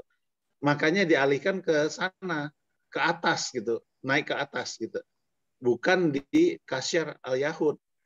Nah, tapi nggak tahu ke depan ini sudah dibuka waktu itu diamankan Kasher al-Yahud, tetapi sampai sekarang saya belum pernah dengar itu menjadi objek wisata yang sering didatangin, belum itu, masih tidak aman gitu. Itu aja yang saya bisa tambahkan mungkin Pak. Jadi tempatnya memang beda. Gitu. Terima kasih Pak Erik. Jadi saya juga ada kerancuan. Kebetulan acara kami waktu itu sedikit mulai gelap. Ya. Kami ini diusir sama penjaga tempat baptisan itu. Yardenit, ya. Iya, mungkin karena mulai malam ya. Sementara teman-teman ini yang mau dibaptis masih suka, mau tunggu. Saya timbul pertanyaan, kenapa kok tidak mau menunggu 5 menit aja? Kok harus bersikap begitu? Nah, dengan demikian, baptisan yang punya nilai sebutlah ada sakralnya, tidak menjadi sakral lagi. Karena yang menangani soal tempat itu sudah tidak bersikap elok. Begitu ya. Apalagi kalau memang bukan di situ tempatnya. Saya tidak permasalahkan orang itu perlu dibaptis lagi atau tidak di Sungai Yordan. Bukan itu maksud saya. Ya. Cuma peristiwa yang terjadi hari itu menjadi sesuatu yang menurut hemat saya merenung. Ini kelihatannya ada sesuatu yang perlu dipelajari lebih jauh lagi. Gitu ya. Nah, terkait dengan baptisan tadi, yaitu saya mau menyampaikan tidak ada catatan dalam Alkitab yang mewajibkan hanya 1 kali, tapi juga tidak ada catatan dalam Alkitab yang membolehkan lebih dari 1 kali. Iya. Begitu loh. Nah, kalau dikaitkan itu misalnya hari pentahiran berulang-ulang, nah kita berkata, Yesus sudah mati di atas kayu salib untuk mentahirkan kita. Sekali untuk selama-lamanya. Nah, kita kebentur lagi nantinya. Kalau begitu baptisan cuma 1 kali loh. Karena Yesus sudah mati tuh. Nah, muncul argumentasi lagi. Bagaimana kalau saya dulu dibaptis belum terima Yesus? Belum lahir baru. Saya dibaptis karena saya mau menikah dengan perempuan Kristen. Makanya rumah tangga saya hancur karena saya waktu itu belum terima Yesus. Tapi dibaptis karena mau menikah. Sekarang saya sudah lahir baru nih. Sungguh-sungguh bertobat saya. Meninggalkan manusia lama. Boleh harus dibaptis ulang? Lagi atau kawin lagi? Saya tidak berkata begitu yang kedua ya. Tapi yang saya katakan adalah, boleh enggak saya dibaptis lagi karena ini sungguh-sungguh. Atau ada orang yang berkata begini, waduh saya sudah dibaptis. Tapi saya rasa-rasanya ini perlu dibaptis ulang nih. Supaya dibaharui. Teman saya jujur saja, dari gereja Advent, baptisan itu bisa dilakukan berulang-ulang. Jika seseorang melakukan dosa yang dapat dikatakan sangat tidak berkenan. Baru dengar saya. Bisa ya.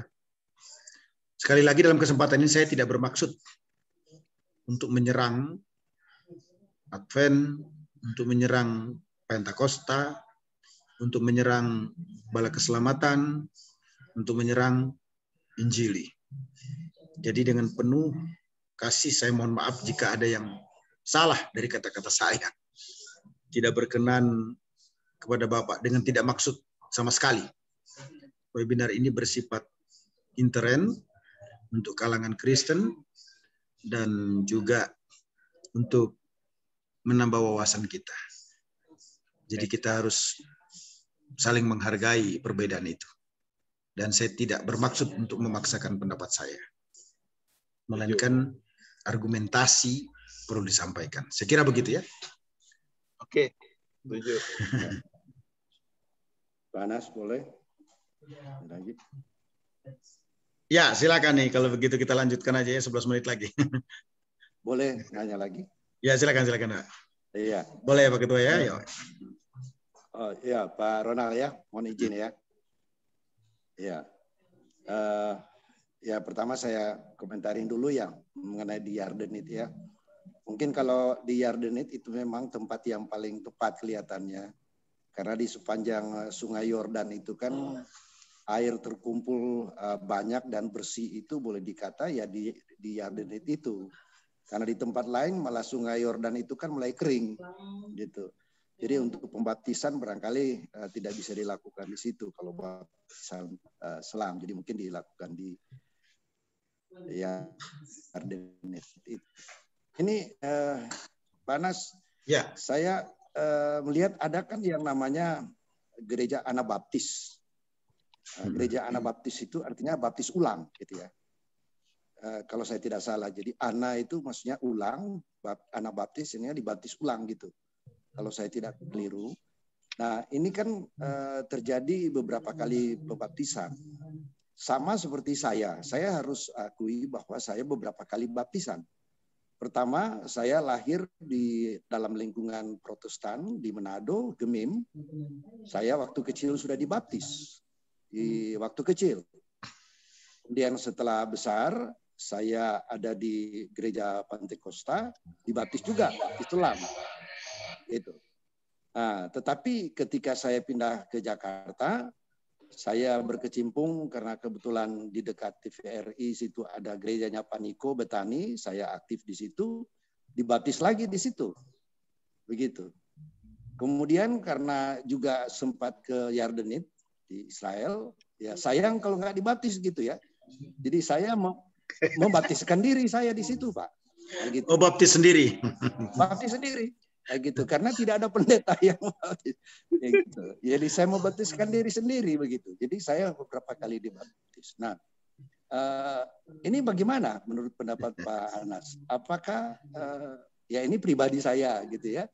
Kira-kira saya menyalahi Alkitab firman Tuhan nggak kira-kira? Atau tapi saya merasa bahwa dengan demikian justru saya merasa ada di dalam hadirat Tuhan. Artinya karena pertama saya membaptiskan diri sendiri, yang kedua saya membaptiskan di Sungai Yordan, yang saya merasa bahwa ya walaupun itu seperti Pak Erik tadi katakan bukan tempat lokasinya pas di mana Yesus dibaptiskan, tetapi namanya di Sungai Yordan kan punya nilai spiritual yang nggak tahu Alkitabiah atau tidak, tetapi justru itu menguatkan iman saya.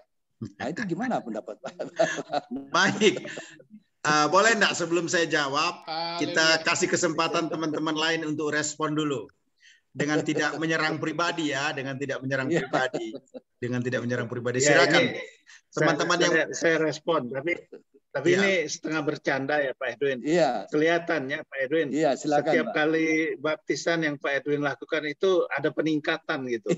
Ya mungkin waktu waktu di Gemen mungkin belum bertobat gitu ya. Iya. Dan sesudah di Pentakosta mungkin sesudah bertobat, jadi ada peningkatan bagus. Iya. Sudah itu ada peningkatan lagi.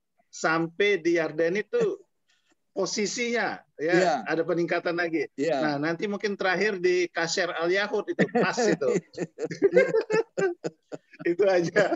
Ya, thank you. Ini Pak Erik, kalau Pak Erik sifatnya ya, artinya general. Mungkin ada teman-teman satu orang yang mau respon dengan tidak menyerang pribadi ya, tapi ingin memberikan masukan, silakan.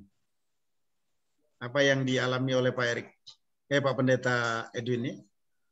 Itu begini Pak, masukan saya itu begini. Itu sesuai dengan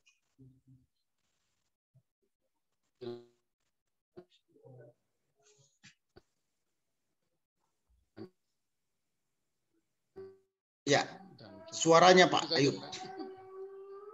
Begitu ya. Kita kurang bisa dengar ya. Oke deh. Saya langsung respon ya. Oh, Silakan Pak Ayub. ya Pak ya. Suaranya kurang dengaran tadi Pak. Maksud saya itu begini. Menurut Pak Ronald tadi, kalau menurut Pak Ronald itu baik. Pak Edwin. Ya Pak Erik, Pak Erik.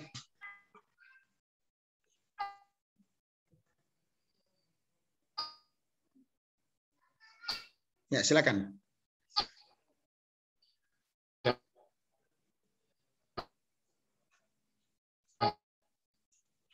Suaranya kurang ya. Oke deh. Suaranya Pak Ayub kelihatannya agak sedikit bermasalah dengan internet ya. Baik, statement saya yang pertama. Tidak ada dosa. Iya, Pak Hanas suara hilang. Ya, ini masuk lagi nih ya. Oke.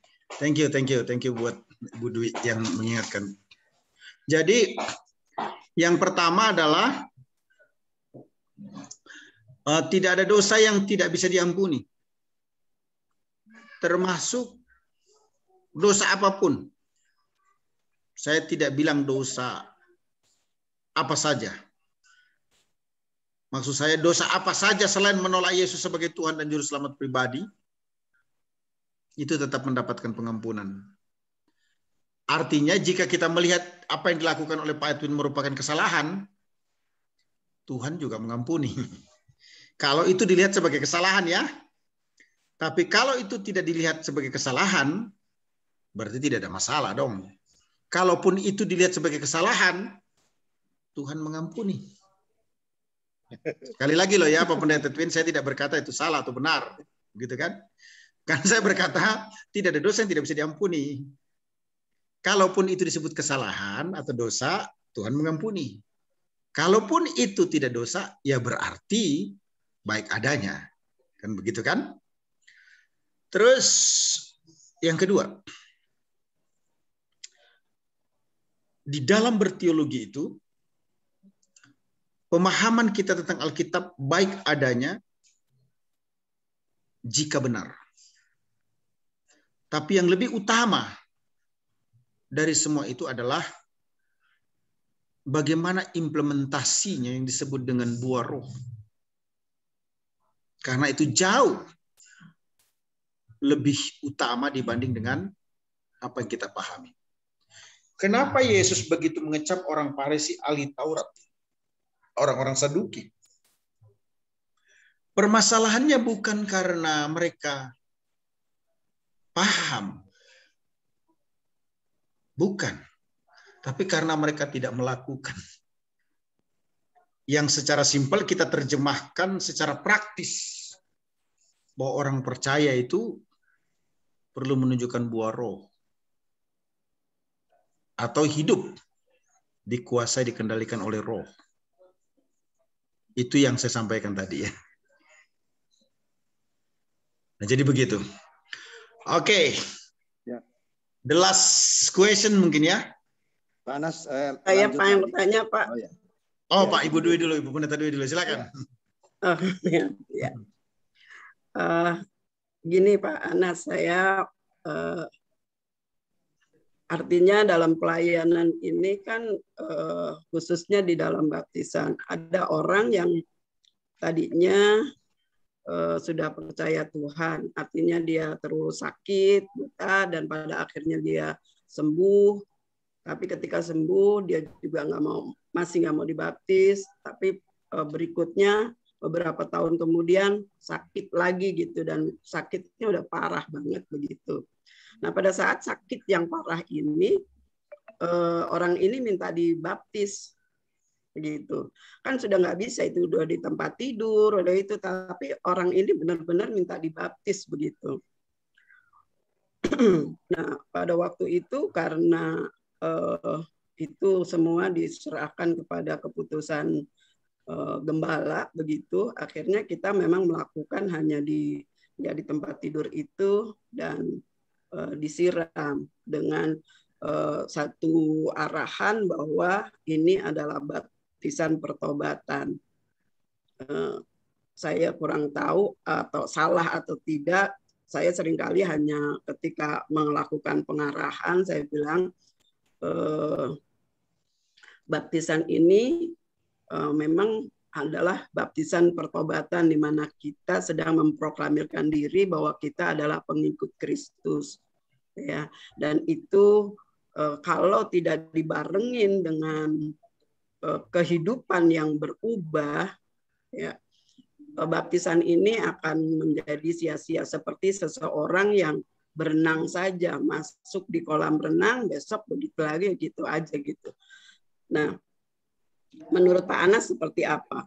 Dan kebetulan tadi yang orang tadi itu begitu dibaptis, tidak lama kemudian dia meninggal. Dan waktu meninggal justru ada orang Litang, pengurus dari Litang itu meminta supaya dia yang urusin kematiannya begitu, jenazahnya gitu. Dia yang urus, ini jemaat Litang begitu. Dan ya kita dengan bukti dibaptis pada akhirnya kita yang layanin sih, memang kita udah bertanggung, ini buktinya sudah ada begitu. Nah, saya mau tanyakan, kalau ada jemaat yang seperti itu Pak, sudah payah tapi baru sadar dia minta dibaptis begitu, dan cara baptisnya tuh tidak seperti yang Yesus dibaptis sama Yohanes begitu. Bagaimana menurut Pak Anas? Ya, kalau ditanya secara personal, ya, Pak Anas dibaptis apa? Supaya nggak missing semua ini ya.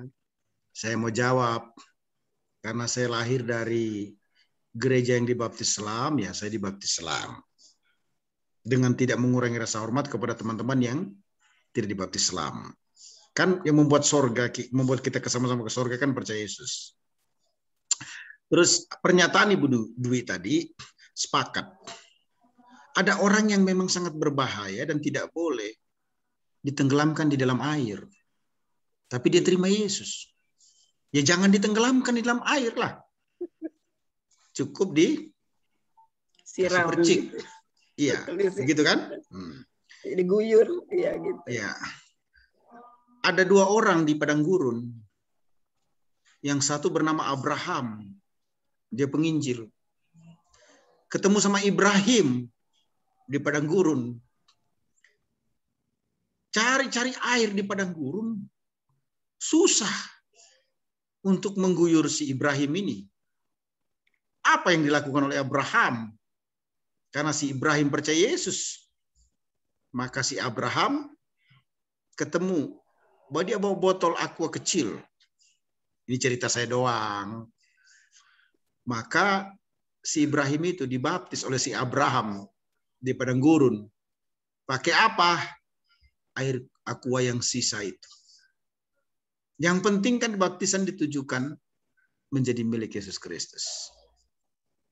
Nah, tapi seketika si Ibrahim ini keluar dari padang gurun, dia pergi ke Sungai Yordan. Dia baca Alkitab. Kemudian bilang, waduh, Lebih abdol nih kalau dibaptis di Sungai Yordan seperti Pak Pendeta Edwin.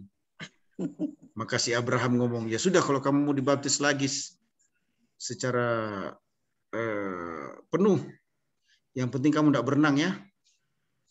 Sini saya baptis lagi kamu. Dibaptis lagi dalam nama Bapa, Anak, dan Roh Kudus, dalam nama Tuhan Yesus Kristus. Saya kira ini sesuatu yang harus kita sudahi ya. Kira-kira begitulah ya. Terakhir, Pak.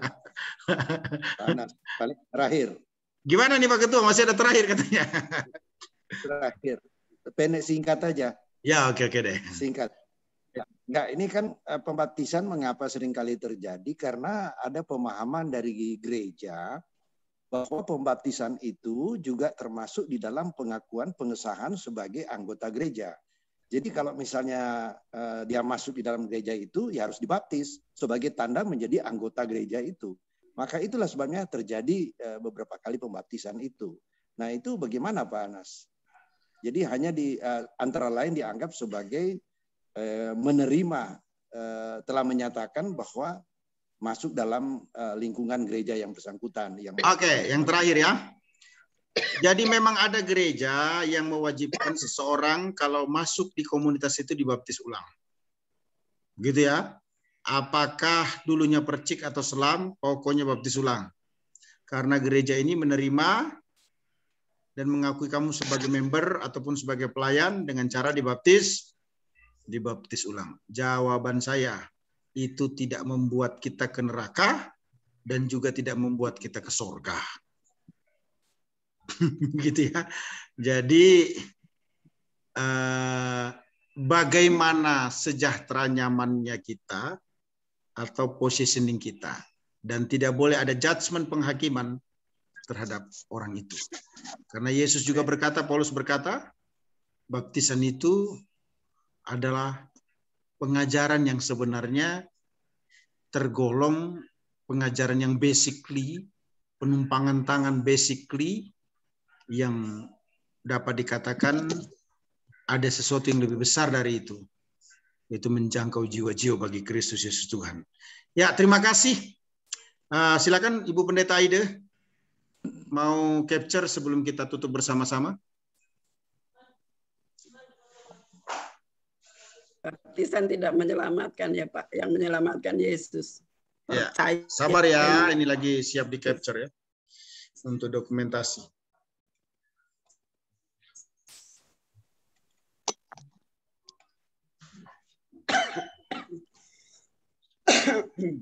Bukan.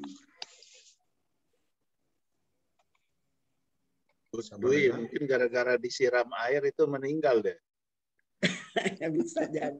Itu pakai air dingin itu. Airnya sama kali Bu Dwi. Kaget ya. Kaget itu. Ya, oke.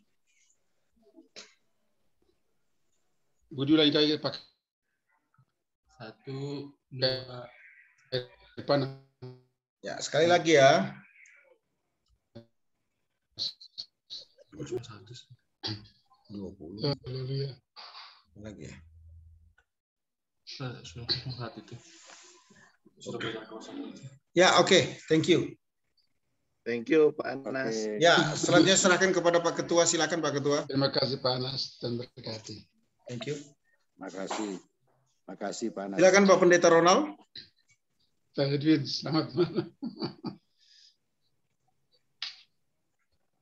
Ya, baik Bapak Ibu Saudara sekalian berkati Tuhan, kita berada di penghujung acara, dan untuk mengakhiri itu minta kesediaan Bapak Pendeta Edwin Rononu untuk menutup kita dalam doa. Ya. Baik, mari kita satu dalam doa. Bapa Surgawi, kembali kami datang ke hadapan hadirat-Mu yang kudus. Kami mengucap syukur Tuhan kalau pada malam hari ini kembali kami boleh diajarkan dengan pengajaran yang luar biasa. Kami boleh paham, kami boleh mengerti maksud Tuhan, kami sudah dikuatkan. Terima kasih Engkau memberkati Dr. Hanas yang sudah mengajarkan kepada kami semuanya. Demikian juga kami semua yang mengikuti Tuhan, Engkau berkati kami sehingga kami menjadi pelaku-pelaku kebenaran firman Tuhan. Amen. pimpin terus pertemuan-pertemuan yang akan datang, memberkati terus ST Yosias ini Tuhan. Demikian juga kami semua, dimanapun kami dan latar belakang apapun gereja kami mau bersatu di dalam Tuhan. Terpuji namamu, kami mau berpisah pada malam hari ini, namun Engkau akan pertemukan kami kembali pada pertemuan yang akan datang. Di dalam nama Yesus Kristus kami berdoa dan mengucap syukur. Haleluya. Amin. Amin. Ya, shalom semuanya.